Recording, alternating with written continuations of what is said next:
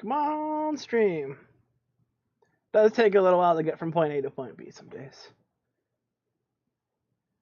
Is it good? Alright, I think it is good. Maybe?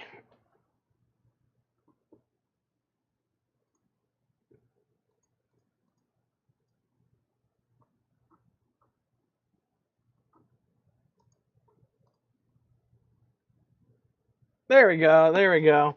Alright guys, how are you guys all doing today? I'm next up on the stream. I am Naut with the Naut Gaming. And today we're just going to be doing a draft guide for Ah Puch. I've done these before with Hindu on stream. A lot of people tend to like it, so we're just going to do a new one today. I'm here with Mordicant. So I think I'm ready to go. You ready to go? I'm ready to go. Alright, awesome. So the first thing I'm going to do is just, this is Ah Puch. His hero power is deploy a 1/1 zombie anywhere on the battlefield. A lot of his cards actually interact with this in a certain different kinds of ways, so it's important to realize that you can just place a zombie anywhere in the field, but they can only move one step. So let's go. So the first card we're going to do up today, and we're going to be doing commons to legendaries in that order. So we're going to start off with the commons first. It is going to be Barter Soul. So kill a friendly unit and draw 2 non-zombie cards from your graveyard. What do you think of this card? It's pretty good. It lets you get more card advantage without having to actually draw through your deck and get you closer to fatigue, which is pretty strong. Also, you can kind of manipulate what you're going to draw. If you have Barter Soul early in the game, you can only play things that you're going to want to get back. This is more true in Constructed than it is in Arena, but you can kind of hold off playing or trading something that you don't want to redraw with Barter Soul until after you cast it. And since you can't draw zombies, it's very easy on like turn 4 or 5 to know exactly what you're going to be getting back. Yeah, I like this card a lot. The fact that it's most of the time you're sacrificing, because you do get to choose what you're killing off with this card. You're just losing one of your zombies, which is what I was saying. The hero power interacts with this class very well, and then you're able to get back 2 cards that are not going to be a zombie from your graveyard to your hand. So it is pay 2 mana, draw 2 cards basically. You can also sometimes trigger effects that you did want that are positive for you as well, from any kind of afterlife effects, that kind of stuff. There's not a huge amount of them in the game right now, but this card will only get better as more desirable effects become available. And that also being said, this card gets better with the stronger your deck is, the stronger this card becomes, because you're only pulling cards that are already in your deck back. So if your deck is sitting there with like triple blight, this card's insane because you're gonna get if you play a bunch of blights, you're gonna get blights back. So the better your deck is, the better this card gets. Triple blight is a little ridiculous. I don't think anyone's drafting triple blight. Hey man, my last one is double blight, so alright, let's move on to the next card. I think this card's probably like a 3 with a caveat that it gets better when your deck gets better. Sure. Sounds right. Bloodright. Deal 1 damage. This spell gains +1 damage for each damage friendly unit you control. I'm not really the biggest fan of this card. I have seen it deal like upwards of like 3 damage is the most I've ever seen it do. It could do more. That being said, your hero power is making 1/1, so they're never going to contribute to this. Most of your guys don't have a giant life pool, so they're not really contributing to this very often. And a lot of times, like trades happen in this game where it's like a straight trade where you're trading your like 3/3 for their 3/3. Yeah, basically, this is a lot better when you're ahead on board and you can control what kind of trades you want to make. It also gets better if you have a couple of Kabrakans or you have a couple of Xbalanques. Because Xbalanque almost all the time in Arena is coming into play as a 2/2 and being injured. So you can just play that to do 1 damage to something and get 1 extra damage on your blood rate. Suddenly you can like take down a 4/4 if you have like one other dude that isn't going to die to your Xbalanque in play. So there's application for this card, but I probably wouldn't pick it too highly. Maybe at like a 2 or 1.5. Yeah, no. I mean, like I said, this card isn't unplayable. It is a form of removal. Against certain pillars, you're going to want to have it. Against certain 3/3 Stone Guardians, you're going to want something like this if you can actually get it to activate for 3 damage. But like I said, it is a challenge to get this card to work. So you got to do a lot of work for this card to be good. I'm going to rate it like a 2 because it is a removal spell, but maybe Yeah, 1. removal spell's very strong. Maybe Maybe 1.5. So having removal is really good, which makes this guy even better. Yeah, this is chalk. He's a 4/4 for 5, which isn't a great stat line, but his war card does 2 damage to anything. That includes summoning stones. I've killed many people with this card. You know, so this card's a good guy. He's a dude, and he kills things. As far as a common goes, he's pretty high up there. I would go probably around a 4. Often you're gonna be able to play him and just kill, pick off things that you've injured with zombies. I mean, if your opponent has something that has 3 life, it's very reasonable for you to zombie hit in there. So you're just spawning them near their guys, and then you just chalk them to death. So I like this guy a lot. This guy's great. Yeah, probably rate him at like 3.5. Yeah, 4. Yeah, 3.5, 4 sounds very reasonable. All right, we'll say 3.5 right now. Free and common take up the same spot in arena picks, so that's why we do them together. What'd you say? By the way, did you change the title on the stream? Oh, I haven't yet. I will be. Should probably do that for you. No, I had it set up and ready to go. I forgot to hit the button. All right, we're good. All right, Corpse Explosion, guys. This is gonna be the next one we're gonna talk about for this draft arena guide. This card I actually originally didn't like very much. I didn't think it was gonna be good, but then I tried to draft it more and more just to see, and it ended up being kind of an all-star. This card often is able to stop really aggressive decks from doing what they want to be doing. Against Odin, it's very strong. And not only that, it has great applications with stuff like Chieftain, where, your Chieftain, you get all these zombies around your opponent's core, you explode them, they do 2 damage to the core, and this card will do damage to the core per zombie. And then you'd come in with like a 15/15 Chieftain and just kill them. So this card I like a lot. It's great. It's great area effect removal. That being said, most of the time you're thinking this card kind of costs 4. Because you do want to be playing a zombie most of the time before you play it. That being said, if you do have zombies in play, and they've made that easier with the recent patch 2.34, where they've made it so now a couple more spells leave zombies behind. So this card only gets better. Also, this card's good at 4 mana anyway. Yeah. So even if you assume this card costs 4 mana when you want to play it, it's still good. Yeah, no, I would give this card like a 3. I think it's very good. Yeah, unfortunately you don't want too many of them in your deck because after you cast one, the second one goes way down in value because it's hard to reestablish zombies. Yeah, hit stone, and it hits stone for each zombie next to the stone. So you can do 8-10 damage to the core if you've had board control through zombies for a little bit. Yeah, I was just recently playing this in a game against Hindu where I locked them out of summoning anything by surrounding their stone with zombies and a couple guys, and I literally hit their stone for 10 damage. It's very, very reasonable card.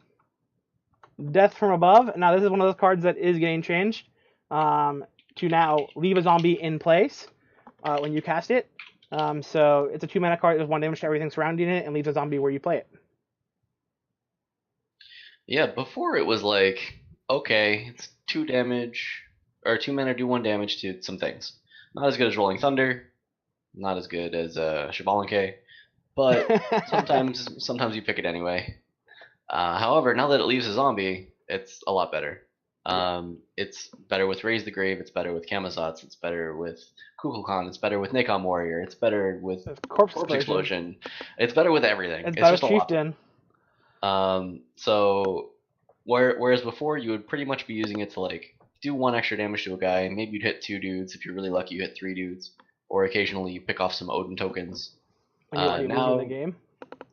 Yeah, well, if you're picking off 3 Odin tokens with this card, you're probably losing the game anyway, unfortunately. But now leaving a zombie behind is a significant buff, especially when you have cards like Barter Soul that you're gonna need a dude for. Yeah, I think it's viable now. Yeah, this card I'm definitely gonna give a viability check to. I think it's very good now. I need to play with it more in Arena because obviously they did changes today to really get a fair reading on this card. But I'm gonna think it's probably around like a 3. Yeah, we've had a lot of 3s recently, which is unfortunate, but I feel like that's actually... Well, a lot of the common cards in Now Puch are really powerful. The problem is they require your deck to work around them. So when you have more Raise the Graves, this card goes up. When you have less ways to interact with this zombie, it goes way down. Like if you don't have any Corpse Explosions, you don't have anything like that, this card's not really that good then. Yeah, maybe 2 then. Maybe 2? I think maybe 2.5. Yeah, 2.5 seems pretty good. I'll say 2.5. Defiled Bounty. If you control 2 or more zombies, draw 2 cards. And this is like I was saying before with the last card. It gets a lot better when you have more things like this in your deck. because you want to be able to have those 2 zombies and not lose board control. So in the early game against aggressive decks, you can drop that thing, kill a bunch of guys, and make a 1/1, which can be kind of nice. So Defiled Bounty. This card is pay 2 mana. If you control 2 or more zombies, draw 2 cards. Recently, this card actually hasn't been very good because of the difficulty of making enough zombies to stick them in play. But now this card has gotten a lot easier to actually make those zombies and have them be in play. So I like this card. 2 mana, draw 3 cards. I mean, draw 2 cards is kind of the amount of mana you're willing to pay at this point for that effect. I think it's probably a solid 2.5. Yeah, I think you need to have a couple cards in your deck that are going to create zombies aside from just your hero power before you want to draft this card. You need like a Ritual Strike or 2. Death from Above certainly helps. Or like Gladiator certainly helps make Defiled Bounty better as well. I wouldn't draft this card early in the draft. But there's definitely application for it. I think 2.5 is fine. Alright, let's move on to the Hunbats. Whenever Whenever another friendly dies, gain +1/+0 and gain +1 movement. The fact that this guy starts off as a 1/3 is actually what makes him kind of viable. He's not insane, right? You're not going to get a huge amount of mileage out of him, but there are games where you cast Corpse Explosion, for instance, with a couple zombies in play, and then this guy actually hits for something. Mini Chieftain. So you got to keep him alive, which could be maybe the difficulty. But 3 life tends to be like the kind of sweet spot for, a 2-drop. Yeah, there's not a lot of 2-drops in the game with 3 life. That being said, he is just a 2-drop, and you have a hero power that makes 1/1s for 2 mana. So I don't really like to draft this guy very highly either. So I'm only running him with 2. But keep in mind, if your deck is designed in a certain way, he can get a lot better. Yeah, sometimes you'll just want to play him early and just like keep him in your back line for 4 or 5 turns while you play the rest of the game normally. And then sometimes he just comes up, runs like 17 squares and trades with a 6-drop. And when you do that, you're going 1 for 1 and you're gaining 4, essentially, but at the cost of losing your zombie turn 1.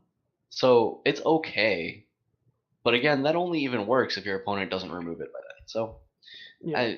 I don't love this card. The important thing here is that he's a 1/3, so he's able to trade with like 3 Odin tokens in the early game. He's actually like more valid kind of in the early game than late game, but most of the time you're fine with just making a zombie instead. So, like I said, be careful when drafting this card. He's not bad. I just wouldn't draft him too highly. Yeah. Lingering Dead. Deploy 2 1/1 zombies. And these can be deployed anywhere, is that correct? No. These are only around the stone. I wish they wouldn't use the word deploy for it, but... Yeah, they really shouldn't. I mean, it matches some of the other deploy cards like Cursed Warriors, or Warrior Sigil, rather, and Hunter Sigil. I think they both also say deploy. Yeah. But making 2 zombies by your core, it can be really good with Corpse Explosion. It can be really good against Odin. It lets you get ahead, and that way, when they're just making 1/1s, you can continue making 1/1s with your hero power as well. You can block up your stone. You can trade and like keep a dude around. But at the cost of a card, this is not equivalent to Hunter Sigil from Odin, even though they're the same mana cost and they both make 2 dudes. Zombies just can't. They only shamble. They only shamble 1 space a turn, and because of that, I don't think Lingering Dead is nearly as good as Hunter Sigil.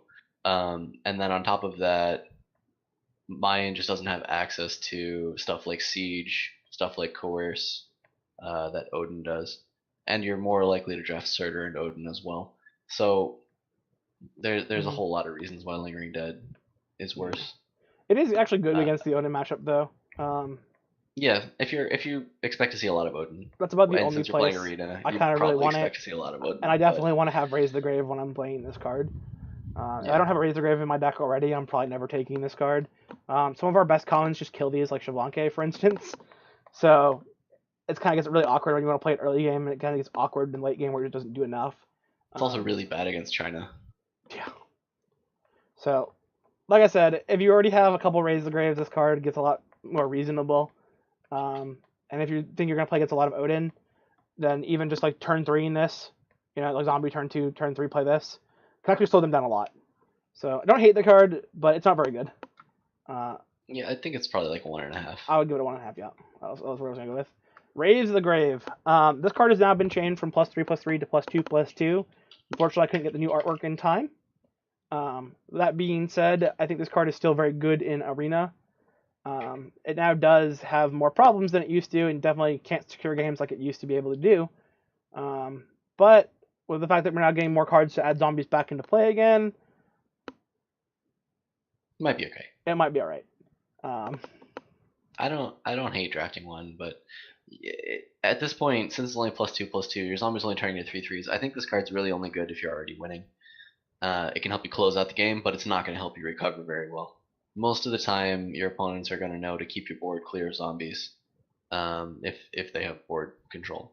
So you're not going to get an opportunity to really raise the grave for more than maybe 2 zombies if you're behind. And since they're not going to be able to attack that turn, and they're only going to be 3/3s, they're not going to help you stabilize very well.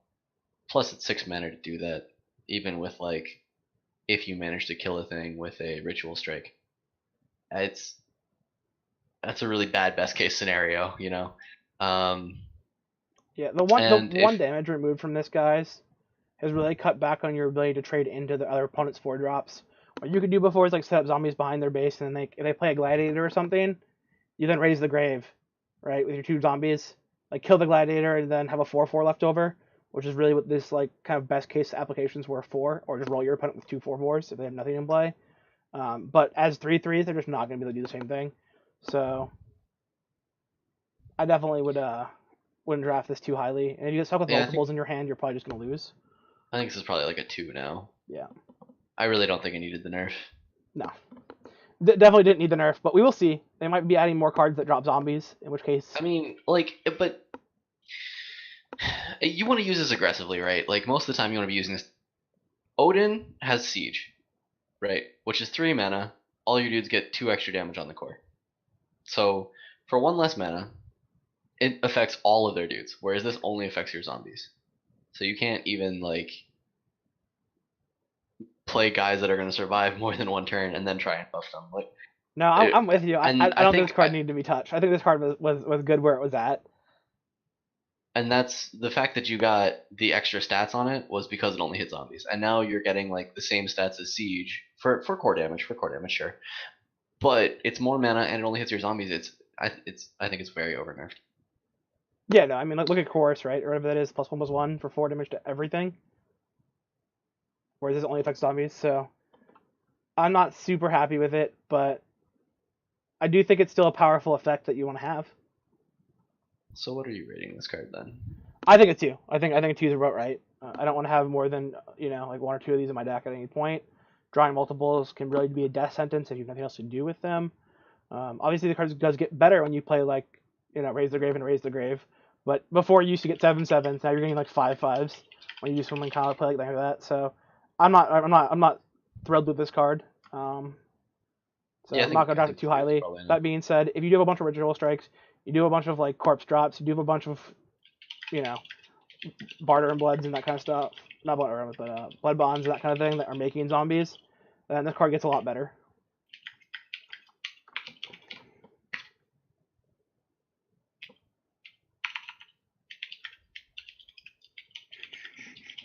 Alright guys, let's take a look at the next card, Ritual Strike. Deal 1 damage. If the target is killed, but leave behind a zombie. This card's good. I like having it. Yeah. So it's a great way to catch up to Odin, because they're never going to be trading with your zombies willingly, right? So if you're on the draw and they make a dude run at your core, you can Ritual Strike it, make 1 of your zombies. Suddenly you have 2 dudes, they have 0. If they want to keep coming core, you have some leeway to trade into their dude and keep a zombie around, so you can actually have your turn 3 instead of having to make another zombie. Yeah. It gives you a cushion, basically. And sometimes it's good in the mid game too. Helps you finish a guy off, lets you like trade up a little bit, leave a zombie behind. You can do some stuff with that later. It's always good to have zombies. You can actually do damage to the core too, which can be relevant. I definitely had games where I've actually won because of it. The one problem with this card is that you can't draft a lot of these. For 0 mana, it's great for tempo, because you get an effect, you get a 1/1, and you kill a guy most of the time. That being said, and we do have tempo cards in this game, way more than any other card game, because of the fact you have the board to play to. You can't get away with having too many of these in your deck. Any more than 1, I wouldn't even draft. Because if you ever I end up in agree. a hand where you have two of these in your opener, you probably just are going to lose that game because this card doesn't actually have that much of an effect. Um, It like helps you get ahead, but only if you are also doing other stuff. yeah, If your hand looks like 3 ritual strikes and your opponent like plays a Chow Fang, like okay, you can kill it, but you just spent 3 cards to kill their Chow Fang, and they're just gonna play an Uguay next turn, and you're gonna be like, oh, my hand's empty now. I lose the game. So I really like having one. I would give this card probably 3.5. I really want to have one, but I really don't want to have more than one. yeah. I'll go with the 3. I think this card is great. Like I said, the downside is you can never have more than one, and you can lose games because you fall behind in card advantage, or your opponent just like plays on curve spells. You know what I mean? In that world, and you just fall behind because this card like will help you catch up to one of their on curve spells with one of your on curve spells from the turn before, but often it won't push you ahead of them. So, you know, cards like these are obviously better on the draw a lot of times too, where like you're just using it to stay the same even with your opponent before you use your coin, and you already have that extra card. All right, let's move on to the next card. Sever. Deal 3 damage to a unit. If a friendly has died this turn, deal 5 damage instead. This card's pretty sweet. 4 mana, it can be a lot for a removal spell. The fact that it just does hit for 3 damage without having one of your guys die first is kind of the sweet number, right? You're looking to get rid of those Chow Fangs. You're looking to get rid of those Stone Guardians. Those cards that really can power through a draft for people. So this card kills all of those guys. And if you have a zombie in play, you can make a trade and then, attacking for. You can use this card to deal 5 damage to a unit instead. That being said, it is kind of cost highly at 4 mana. Yeah, I would really like to see this card at 3 mana. Like it's just another 3 damage removal spell with an upside, right? Like we've already got Echo Blast and Gift of Moonin, which are 3 mana for 3 damage with an upside. Why can't we have Sever for Mayan? 3 mana for 3 damage with an upside. I mean, that being said, like Ra has Magma Slam, which is 3 damage for 3 mana with absolutely no upside. So you really have to wonder what's going on sometimes. I think 4 mana is just a little too expensive for the 3 damage, especially because Ah Puch is so often playing from behind in the early to mid game. It's very hard to get that 5 damage proc,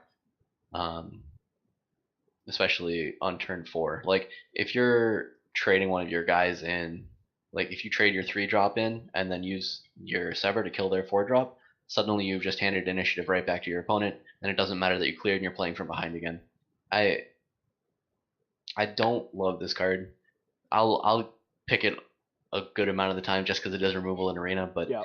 then I end up playing it and I'm like, 4 mana is just too much. It's too clunky. I can't do anything else with my turn. A big thing, guys, to think about too is most of the time you want to use this card to get rid of things that you can't beat. For instance, like Pillar of Fortitude. But with the buff to Pillar of Fortitude, this card doesn't even kill it anymore unless you're Right. able to get the upside. So it is really rough now. So this card has lost targets that it was good at killing before, and then on top of that, it does cost more than everybody else's removal for a 3 damage card.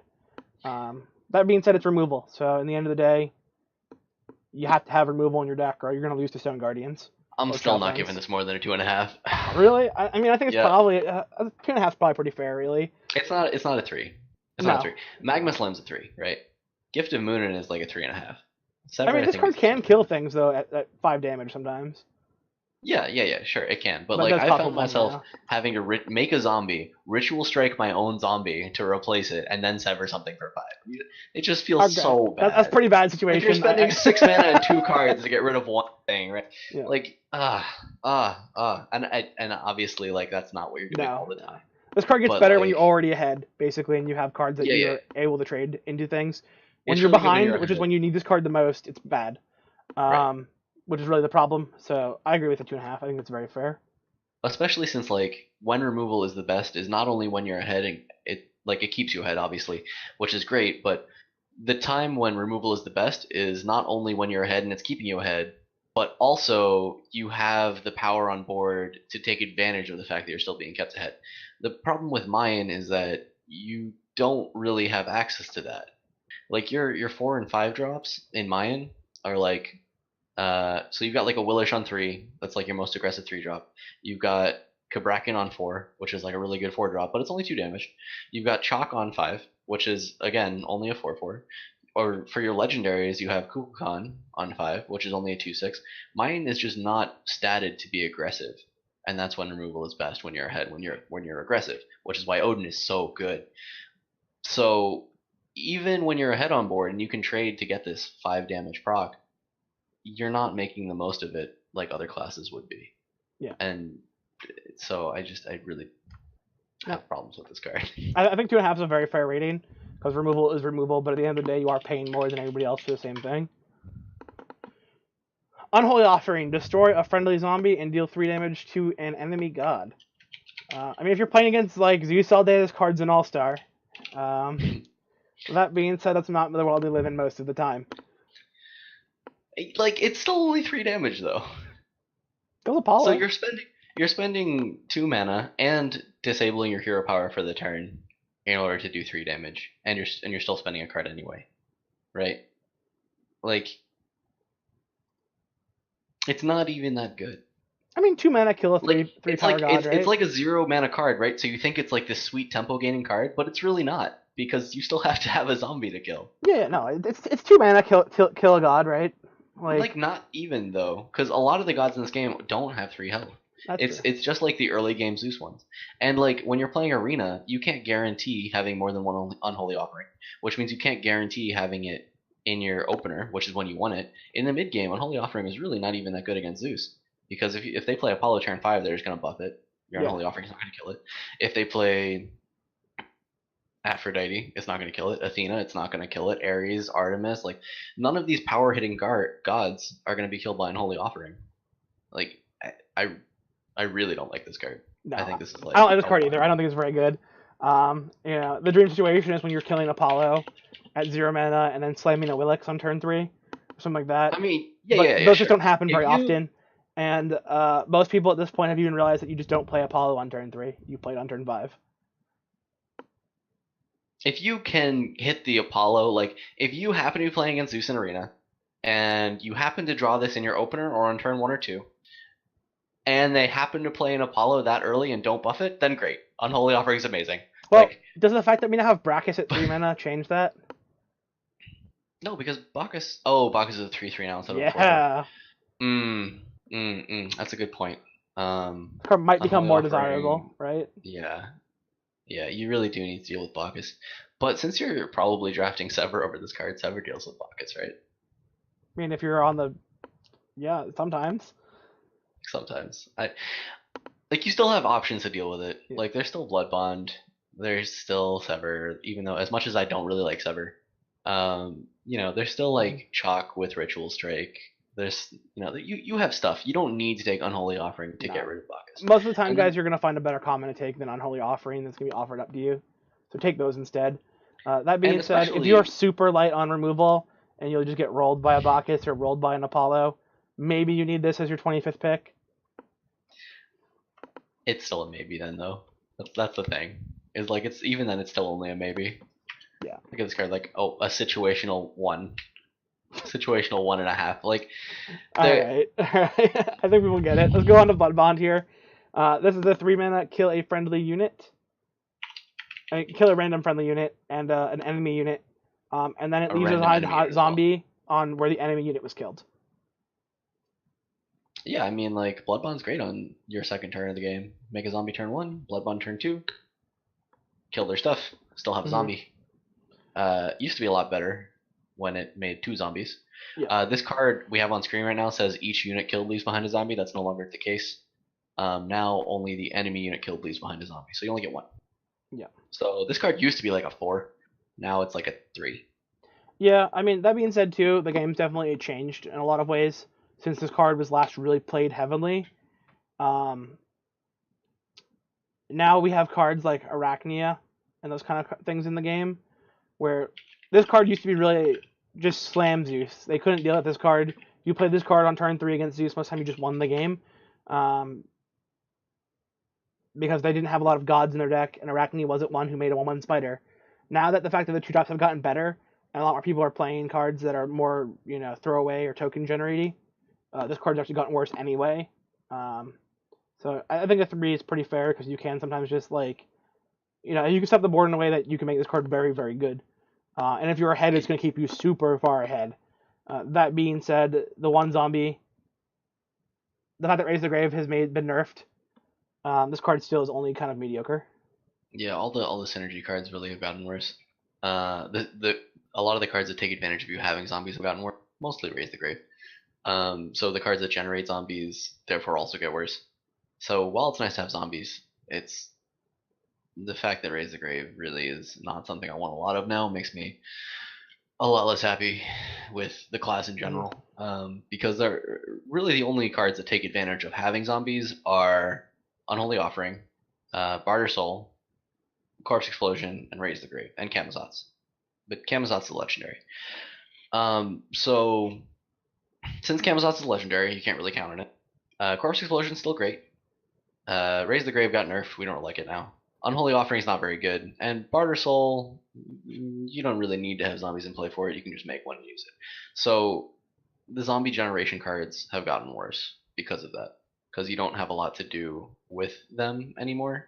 There's still stuff, obviously. But I think Mayan as a class has been over nerfed and like really is not something I want to be drafting. But that being said, Blood Bond is one of these cards where you really need to control the random on it. And if you can do that, it's great. And if you can't, then it's like, well, sometimes you hit the thing you needed to hit and you got lucky and then you won the game. But other times you just Blood Bond, you spent 3 mana and you killed an Odin token. And it killed your Kukulkan, right? Like Bad feels all day. It can feel real bad playing this card too. So use it at your own risk, but just try and control the randomness as much as possible. Yeah, that being said, it's just like kill a unit and kill a unit, which is just something you don't see a lot of in this game. And most time you pay a premium of 5 mana to see just kill target unit. Well, target, yes, but this is not target. Yeah, that's what I'm saying. But just the effect of killing a unit straight out is very welcome. Yes, there are no conditions on the 3, killing. even with all the bad things we've said about it, because the effect is just so powerful. At the end of the day, if you control the random, it's insane. If you can close to control the random, you get good shots. Decay. The more expensive execute with some upside. We finally get to a card that I really like in Maya. Yeah, we've also moved into the rares, guys. Yes. We've moved into rares. So Decay, yeah, exactly. Execute 1 more mana to make a zombie. I'll take that trade. Making a zombie is normally 2 mana. I like it. Execute's good. Decay is good. I give this a 4. I like having things that say kill a dude in my deck. The real big upside for this card too, guys, is the fact that it transforms a minion to a zombie as opposed to killing the minion. The reason that's so relevant is that, for instance, your opponent played a Cully, killed your guy. You target Cully with this, a Cully doesn't come back to their hand. It's gone for good. She's now on 1 zombie on your side.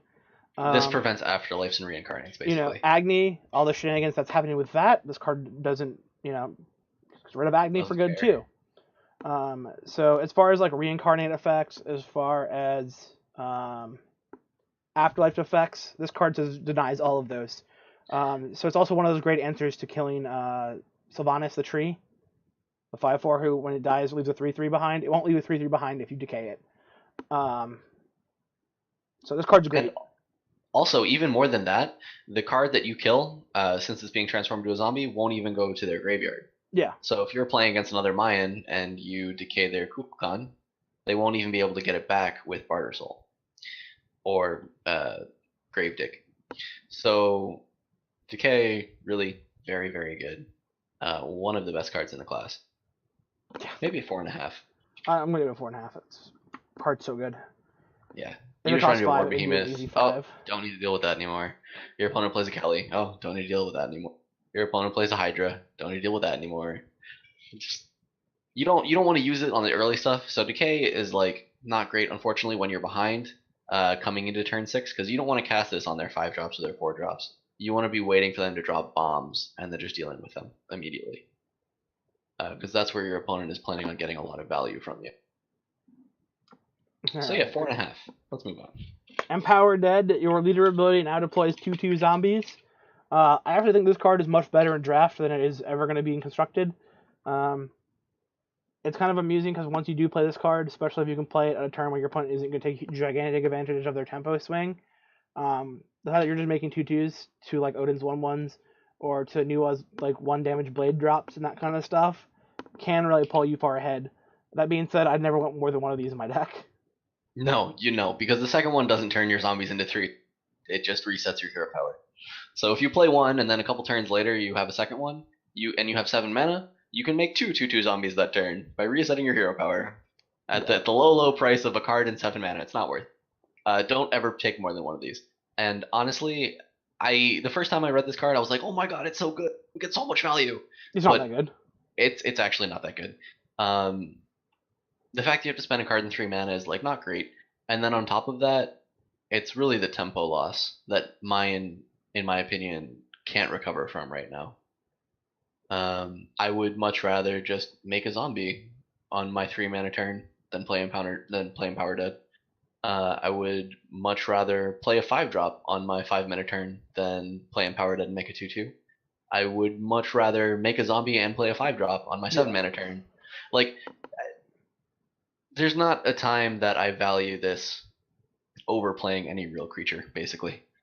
And since a lot of the cards that deal with zombies in your deck require you to kill your own zombies anyway, a good amount of the time you're not going to be making use of the 2/2. You're just non-bowing your zombies, basically. Right, you're non-bowing your zombies, and then on top of that, the zombies only move one space a turn. It's really hard to make use of these 2/2s like meaningfully.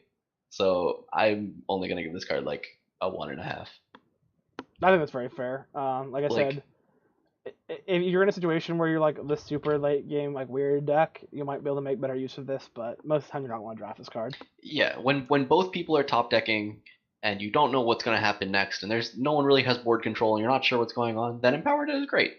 It pulls ahead of most of the other hero powers in the game. I think Bellona's is still better. Even if you've cast Empowered Dead, I think Bellona's base hero power is still better than an Empowered Dead Mayan hero power. But it pulls ahead of most of the other hero powers in the game. I mean, I'd say Bellona's hero power is like problematically good though, when you actually have it active. Sure, but even then, I don't want to put Empower Dead in my deck for the just in case we get to that scenario, you know. No, I agree with the you. rest of the time, it's not very good. Like I said, this is only when you're like don't have a bunch of good other rares to pick from. You know, you'd definitely rather like a Gladiator as a rare slot or any of the other cards that are going to show up a lot of times in neutral over this card. Almost anything, really. You know, I mean, Decay shares a slot with this as well. So, like we were saying, this card's not very good. Very situational. Don't take it very often.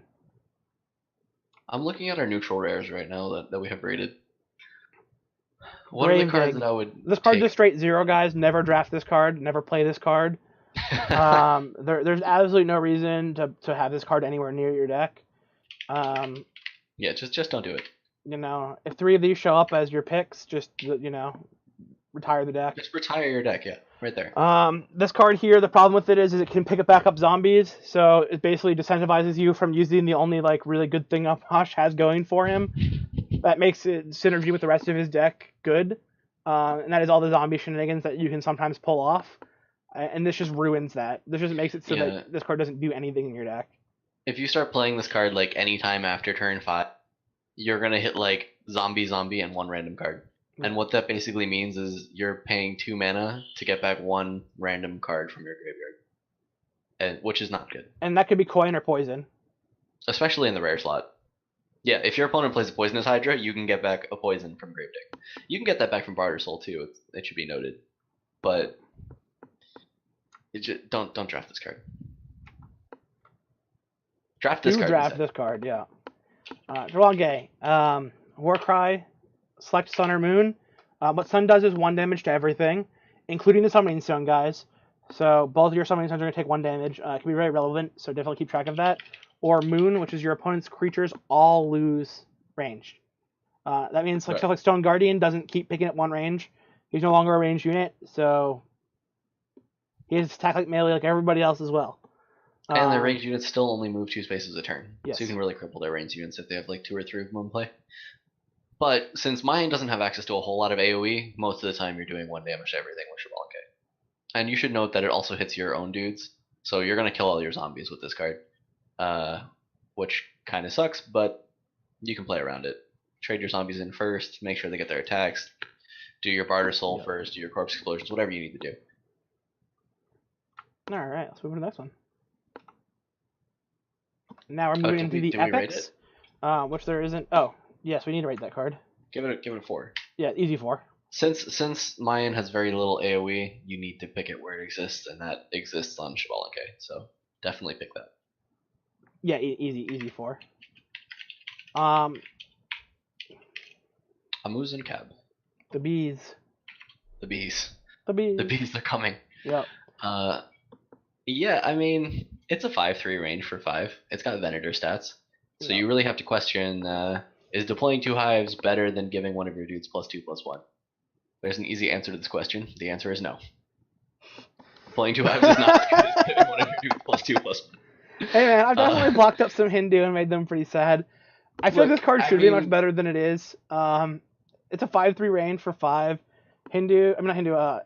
Mayans really kind of need that ranged units. They just don't have it, but this guy just isn't very good. Deploying the hives, you could like use them as like kind of like pseudo walls. You can like use them to kind of block up summoning like stone points that you don't want your opponent to move their units to. Like if you play this guy in the forward position right up front, like in the middle, and you place it in your opponent's back 2 corners, then he'll be able to move in and basically attack anything that they're like summon. Yes. But yes, he can threaten anything on their court. It's just not good. The real problem with this is not the power level of the problem with this is the power level of the hive. If hive was changed to say at the end of your turn deal damage instead of at the beginning of your turn deal damage, this card would be a lot better. This card would be great. But as it is, if you deploy your hives, and then your opponent has a whole turn to move their dudes to spaces where your hives won't do anything, or to kill your hives. They have a whole turn to do that. And then the 3 toughness on this guy is not great either. Especially since the Warcry is pretty ineffectual most of the time. So yeah. Venator, if your opponent removes your Venator with Magma Slam or Gifted Moonin or whatever, or Sever, you still get the +2/+1, which you can use immediately on the turn you play Venator, because the guy you're casting it on is usually going to be able to attack, and then it sticks around even if Venator dies. Now these hives generally aren't going to do anything, and on top of that they hit your own units too. So you can't put hives near your core or next to any of your own new units or next to anywhere you're going to want to put your own units. So even if you put your hives on their back to summoning corners to like prevent them from summoning things on their back line, you're not going to be able to put zombies back there anymore because your hives are just going to kill your zombies. So if your opponent doesn't deal with the cores or the hives, and they don't have to, you're never going to be able to pressure their core with zombies anymore. And yeah. It's just not a spot you want to be in. Like I said, I feel like he should be better, but he really isn't very good. Yeah, especially in the epic slot. Venator is a common. Yeah. That being said, too, sometimes your hives can actually just like be beneficial to your opponent. I know my opponents have tried to play this card against me, and I just played War Behemoth into it and drew 2 cards, and then drew 2 more cards, and then drew more cards, and my opponent killed themselves basically by letting me do that. So most of the time there's not going to be something great for your opponent to do like that with it, but you don't want to give them the opportunity, and you don't want to be playing a card that doesn't do much, unfortunately. Like we're saying, Venator is just such a better card in a common slot even. You don't really want to be having your epics have effects. That being said, there is only 4 Mayan epics, and most of them aren't very strong. Well, the next 3 are much better than this card, but it's only like a 2, right? Because it is still a 5/3 ranged. Yeah. All right, let's move on to the next one. Anguish. This card I've played a lot more in an arena, kind of setting up to get ready for this video. I tested this card out a bunch. The fact that you can silence poison off of your own minions can be very relevant. The fact that you can silence stuns off of your own minions can be very, very relevant as well. And when it's not something you want to be targeting for your own minions, you can target your zombie. That'll actually make it so your zombie can move more than 1 step, which is definitely managing it so I can make positive trades as well as silencing opponent's minions. So this card actually does have a lot of utility to it. It's a very strong card. I actually think it's better than, like, for instance, Silence from Naut, which is just 1 mana, does the same thing to just a single target. That being said, yeah, for sure, you can't have too many of these kinds of effects in your deck that don't do anything else, right? We really need our spells and our creatures to gain as much board presence for us as possible. So you can't afford to have 3 Anguish, for instance. You'd rather, have some Chaos Spawns and maybe 1 Anguish. Yeah. Even 1 Anguish I don't love. The thing about this card is that a lot of the time you want your silences to be a proactive card, not a reactive card. So like when your opponent plays a dude that you want to silence, I know that this sounds reactive, but you can't just react to your opponent's dudes that you want to silence, right? Like you want to chaos bun those. Anguish is a card where you really want to get the 2-for-1 effect here. So you really need to wait for your opponent to stun one of your dudes or poison one of your dudes. Um, Silencing a zombie is fun, and like it makes a zombie move 3 spaces, walks funny, and that's cool. And you can buff the zombie after and like actually have it be a real unit. But I would much rather have the chaos spawn. Almost all of the time. It's Anguish is really only better when your opponent has done some nonsense to your dudes. And if you're waiting, like you can't delay your silences on the targets that your opponent has played that you need to silence. You can't delay silencing those just in the off chance that they're going to stun your dude next turn. You know, like if your opponent plays a learning Hydra, it's not as important anymore. But like an old learning Hydra, if your opponent plays old learning Hydra, you need to silence it right now. You can't wait on Anguish to like get value on silencing one of your own. And if you're taking a stun off one of your own dudes, that's great, but you're probably not getting a great silence effect on your opponent because you would have used Anguish already. So they have to play a dude that you want to silence and stun or poison one of your dudes in the same turn for you to really get the 2-for-1 here. And that's not going to happen very often at all. So I would almost always take Chaos Spawn over Anguish if given the choice. Obviously, in Arena, Chaos Spawn's a common and Anguish is a epic, so you're never going to have that choice. But just to give you an idea of the power level here.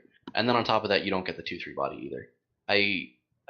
Like the effect is cool, and when you get it, it's great, but you don't get it very much. So I don't think Anguish is actually that good. No. As much as Naut is talking it up here. That being said, sounds effects are a premium, right? We need to have them. There's not that many ways to get them. Yeah. If you Ah Puch don't has 2 ways to get them: Chaos Spawn and Anguish. And you want to have a silence effect in your deck. So the fact that this is just silence from, China with an upside, I'll take. Yeah, I mean, if you don't have access to other silence effects, then yeah, take it. But it's not a premium silence effect. That's all. So just keep that in mind. Right. Do we rank it? I think it's probably like a 2. Sure. So it has the no, it's definitely better. It's 2.5. It's better than that last one. Okay, all right. We'll give it 2.5. Better than the Hive Maker B-Man. Obelix, this is probably your best aggressive drop in the game. It does have some nombo stuff that happens with your deck, unfortunately. Like, you really don't want to be having this die to your own Shablanke and that kind of stuff. So you do have to keep track of those kind of things. That being said, it just trades and just kills 3/3s all day while staying alive. So if your opponent isn't playing a deck that makes a bunch of 1/1s, basically just Odin, this card gets a lot better. So I like this card quite a bit. I don't think it's as good as... I don't want to draft this card over a War Behemoth or something like that. But pretty much most of the other... What's the last Mayan epic? Most of their epics in here. Just for reference, before we rank Owilish. Kobrakan. Oh, yeah.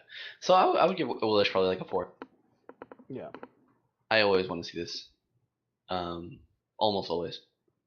That said, against Naut, it's not very good. Yeah, I mean, but it's still taking up 2 of their turns in the early game, right? Yeah. Like if they don't have if they're on the play and they don't have a 2-drop, you can't play a Owilish on your turn 2. And you can't coin it either. So that's unfortunate. But if you're on the play, you can play this on your turn 2, especially so if you make a zombie turn 1, Nuwa is almost always going to kill it. Then you can play a Willish. They won't have the blades to kill your Willish. They're going to have to use their turn 3 and half of their turn 4 if they want to kill this with just their hero. So that's going to get you really far ahead on tempo. Yeah, I mean, that being said, unfortunately, you run into a lot of cards like Imperial Archer, Imperial Guard from those decks, and then it's just one blade. Like I said, I like this card in most matchups. Nuwa and Odin are the 2 particular cases where you really don't want to be seeing this that often. But even against those, they're not terrible. So Owilix is very good. I think a 4 is probably very reasonable. Yeah, still less than War Behemoth, but Very good. Definitely want to pick a Yeah, Willish. it's probably your most solid 3-drop. Yeah. Kabrakin. Oh yeah, he got nerfed, didn't he? He's He only did. two He's six now now. at 2/6. Why On do the they keep opponent's nerfing turn, Mayan? deal 2 damage to adjacent enemies whenever a card is played. The fact that you forgot about the nerf even is a testament to how little he's being played right now. You can tell I like Mayan. You can tell I want to play Mayan. Look at the cardboard. Yeah, no, I'm a I Mayan. I agree. want to do it. I was down for my Mayan I play can. coming up into rank 1 and that kind of stuff. The biggest problem with this card is that even in constructed, it was often worse than just playing gladiators to get that hero power return. Something to note is that the 2 damage it does whenever your opponent casts a spell can be done to their stone. So while he doesn't look very aggressive, if you walk him up into your opponent's stone because he's like not super contested, and you just walk him right up onto their stone, it's very likely they're going to take like 4 4 or to 8 6 damage from just from him. the ability. Yeah. Um, Plus the attacks. yeah, plus whatever he's beating on, and it really makes it awkward for your opponent's placement for around their summoning stone. So he's at the best situation when you're playing him before your opponent's going to be able to play their 4-drop, and when you can get him into their stone on the next turn. That's where he can really shine. That being said, the problem is that he only has 2 attack, so most of the other 4-drops trade with him just fine, as long as your opponent doesn't play, make a mistake by casting something in between the attacks or something like that. Like a 4/4 will attack this for 4, wait a turn, and then on their next turn attack it for 4. It'll die. Their guy will also die, but you didn't really get any effect out of that ability from Kabrakin. So I think it's also worth noting that Gladiator is actually worse in Mayan now than it used to be, since the zombie synergy cards that benefit from having zombies in play are worse. I Notably, mean, Raise the Grave again. it's still good. It's still good. It's still good. Having 1/1s that go anywhere on the board is still good. Yeah. But it is worse. So I'm much more likely to play Kabrakan over Gladiator in Mayan and Constructed now than I was. I don't think this has any hope of that ever happening in a reasonable constructed deck at this point. I think you just want to play Gladiator anyway. I don't know. There's a lot more token decks now. Kabrakan's really good against the token decks. Even in, I mean, so is Gladiator. He makes a 1/1 on the turn he comes into play. He's a 5/5 for 4. He's not a 5/5. I mean, so 1/1 when he comes into stats-wise, play. because he makes a 1/1. Yeah. Okay. He's 5/5 against the aggressive but, decks, and he splits his power and toughness among 2 minions. which is not always better. I mean, and then the next turn he gets to make another 1/1 if he lives. Yeah. Yeah, I mean, Kraken's more likely to live. no, he's not. He's got 6 health. That's more likely than 4 health to live. What are you talking about? Maybe. He's but totally more you likely. Can play Gladiator. What do you mean maybe? You can play It's 2 more Gladiator in the health. back line. And constructed against Odin, so he doesn't get pinged by Curse. You can't play Kabrakan in the back line. Are you kidding me? If you're playing Mayan against Odin and you play Gladiator in the back line, one of their dudes is up on your core. Nah. He still can get cursed and die. Anyway, the point is Kabrakan's not very good. I think it's fine. I think he's okay as an epic. I think it's a 3.5. Nah, I'd give him like a 3. All right, sure, 3. That's fine. All right, let's move on to the next one, and this should be into legendaries where we get some of the cool cards that go on. Blight, and I actually, guys, I would definitely tell everybody to go check out the new art on Blight. It's really much better than this. That being said, Blight is still an all-star card. It has been changed to 7 mana, not this patch, but the patch before, which did hurt a lot of the kind of synergies that Mayan had and kind of destroyed part of the class. You can no longer cast Blight plus Raise the Grave, which was like the best play you could make on turn 10. So they've heard that a lot. That being said, turn 7, deal 3 damage and leave it behind a zombie for everything killed is a very powerful effect. The problem is that a lot of people are playing cards that have 4 toughness. So even as far as a board wipe goes, most time this isn't a straight board wipe, which really leaves your opponent, you're in a really bad spot because this card isn't a good answer to aggro like it really should be. Because a lot of times by turn 6 you're almost dead. And you're casting this to try to catch back up. So the fact that it costs 7 really hurts this card. Yeah, when this was 6 mana, it was leaps and bounds better.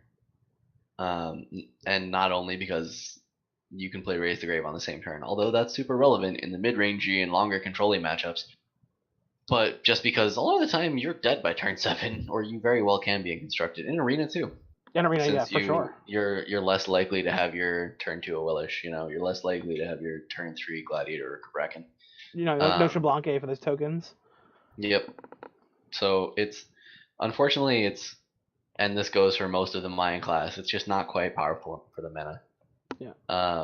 So still an all-star, relatively, just based on the other things that you could be picking, but therefore we're gonna rank it high because relative to the other things you can be picking, it's great. But it's again, try to avoid playing Mayan in arena. Man, I'm not even sure I want to pick this over Kukulkan or any of those guys anymore.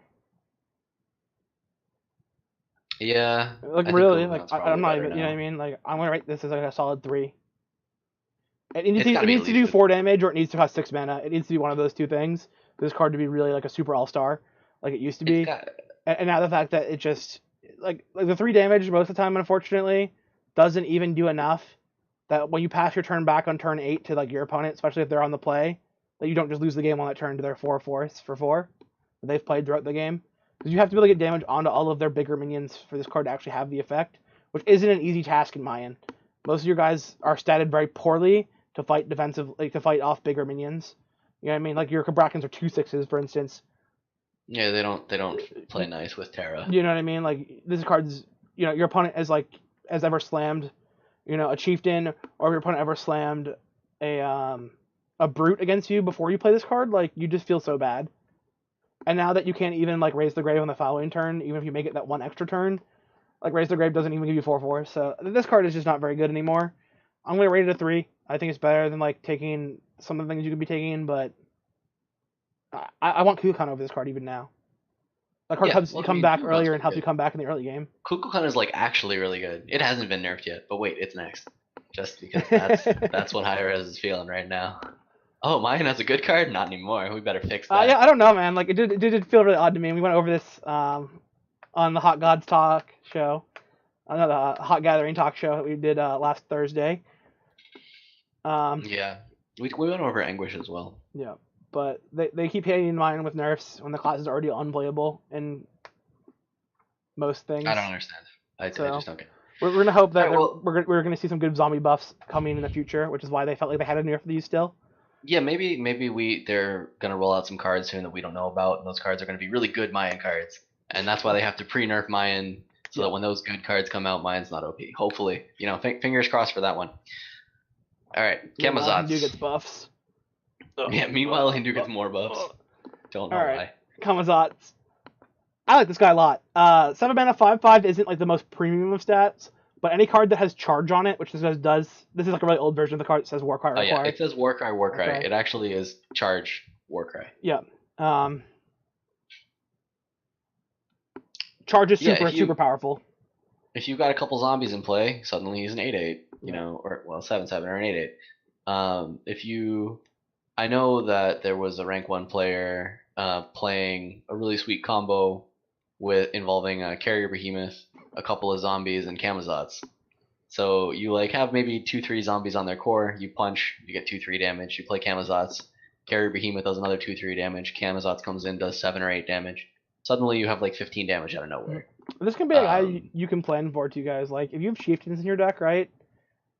And like like a chieftain Kamazat's turn's coming up, just play your zombies on your own side of the board towards your back corners. Yeah, Like just make them not be able to yeah, die because they're worth more alive. yeah, and Even like when you they're like not play your attacking. chieftain in attack like range of their core, and you play Kamazats and you do like 30 damage and you win the game. Yeah. So Three zombies with the chieftain in play, but then playing a Camazotz equals what? A 20 damage just from 3 zombies. So card still has application. I give it what do we give Blight a 3? Do we want Camazotz over Blight? I almost do. yeah, I kind of feel like I almost do. Yeah. I think Camazotz is a 3.5 and Blight's a 3. Oh How man, far I we just talked fallen? up Blight too much too. All right, Kukulkan. This card Gotta is be 4. awesome. He's basically Dragon Snake terrible airline system where all of your fights end with a bad time for everybody involved. Whenever another friendly dies, spawn a tornado on a random enemy unit, dealing 2 damage and just placing them. I've used this on my side of the game to win games, and I've used this on my opponent's side of the game to win things. Right, This the card displacement is anywhere. It's yeah. random, anywhere on the board.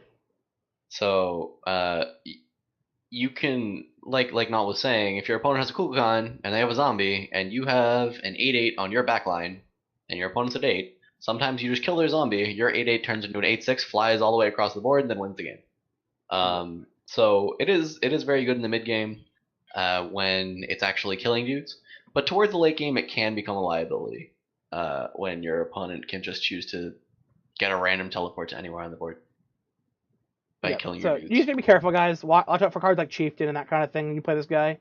That they're not in play, stuff that can like become kind of gigantic in a single turn and just end you.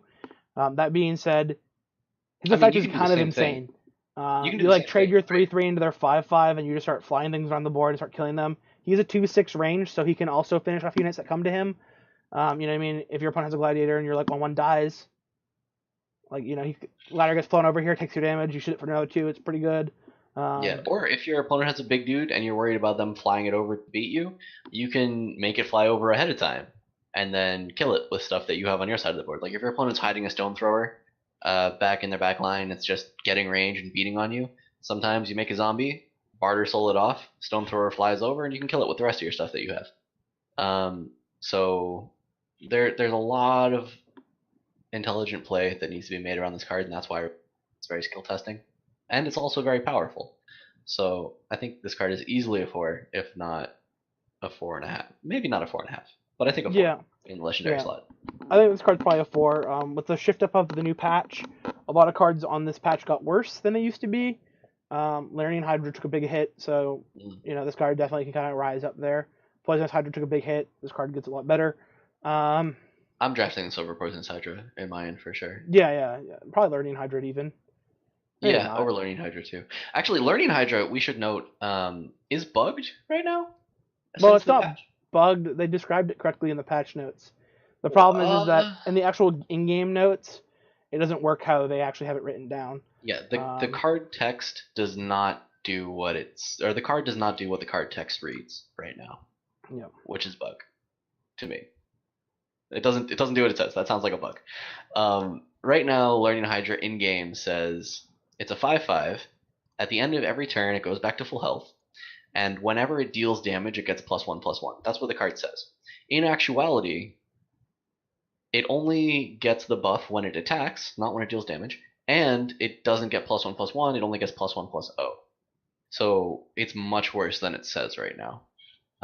Getting +1/+1 whenever it deals damage would be a lot better, because it would make it difficult for your opponent to trade into it with multiple units to kill it in one turn, which is what they're trying to do anyway, since they can't kill it over the course of multiple turns since it heals.